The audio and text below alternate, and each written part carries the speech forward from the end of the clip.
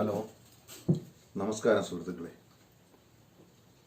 എല്ലാവർക്കും കിച്ചൂസ് മീഡിയ എന്ന എൻ്റെ യൂട്യൂബ് ചാനലിലേക്ക് സ്വാഗതം.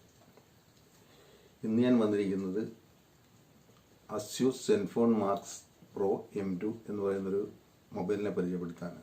ഈ വീഡിയോ ചെയ്യാൻ കാരണം നമ്മുടെ ചില സുഹൃത്തുക്കളെല്ലാം പറഞ്ഞു അതായത് ZenFone Max Pro M2 hang ആണ്, ചൂടാകുന്നു എന്നൊക്കെ പറഞ്ഞു. അപ്പോൾ അതുകൊണ്ടാണ് ഇങ്ങനൊരു വീഡിയോ ചെയ്യാൻ എന്ന് ഓർത്തത്.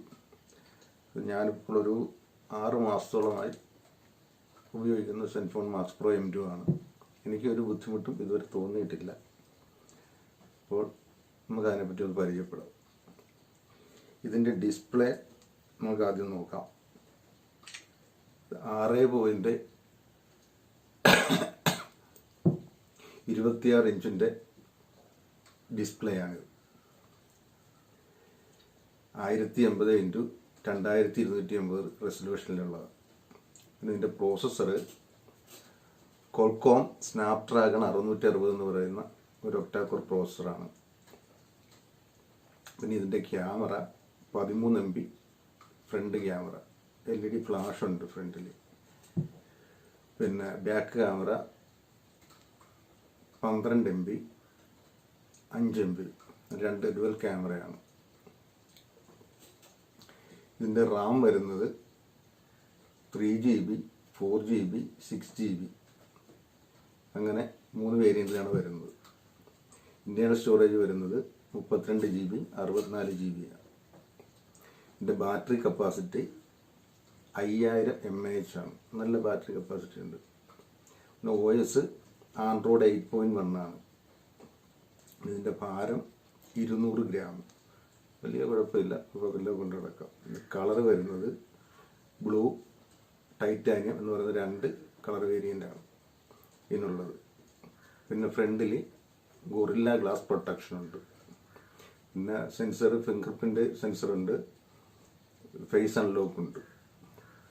ഇതിൻ്റെ വില വരുന്നത് 3GB 32GBക്ക് 999 രൂപയും 4GB 64 ഇന്റർണലുമായിട്ട് വരുന്നത് 10,999, 6GB 64GB ഇന്റർണലുമായിട്ട് വരുന്നത് 13,999. പക്ഷെ നല്ല വർക്കാണ്, നല്ല ക്യാമറയാണ്.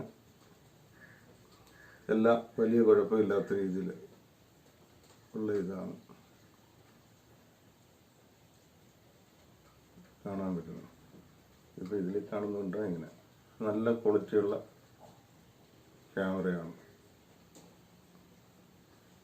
ഞാൻ ഉപയോഗിക്കുന്നത് ഇത്ര നാളായിട്ട് ഞാൻ ഉപയോഗിക്കുന്നതാണ്. വലിയ ബുദ്ധിമുട്ട് എനിക്ക് തോന്നിയിട്ടില്ല. ഇതൊക്കെയാണ് ഇതിൻ്റെ. പിന്നെ ഫ്രണ്ടിൽ ഗൊറില്ല ഗ്ലാസ് പ്രൊട്ടക്ഷൻ ഉണ്ട്, 2 നാനോ സിമ്മും ഒരു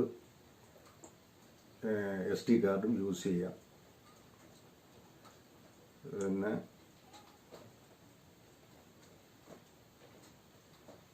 ഇത് ഈ പറയുന്ന പോലെ ചൂടാകലും ഈ ഹാങ് ആകുന്ന വിഷയങ്ങളൊന്നും തന്നെ എനിക്ക് തോന്നിയിട്ടില്ല.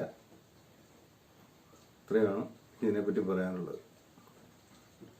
പിന്നെ ഞാൻ പുതിയതായിട്ടൊക്കെ ചെയ്യുന്നതാണ്. വല്ല പോരായ്മകളും കാര്യങ്ങളും ഒക്കെ ഉണ്ടെങ്കിൽ കമൻറ്റ് ചെയ്യുക, പറഞ്ഞു തന്നാൽ വീണ്ടും വീഡിയോ ഒക്കെ നന്നാക്കാൻ ശ്രമിക്കുന്നതാണ്.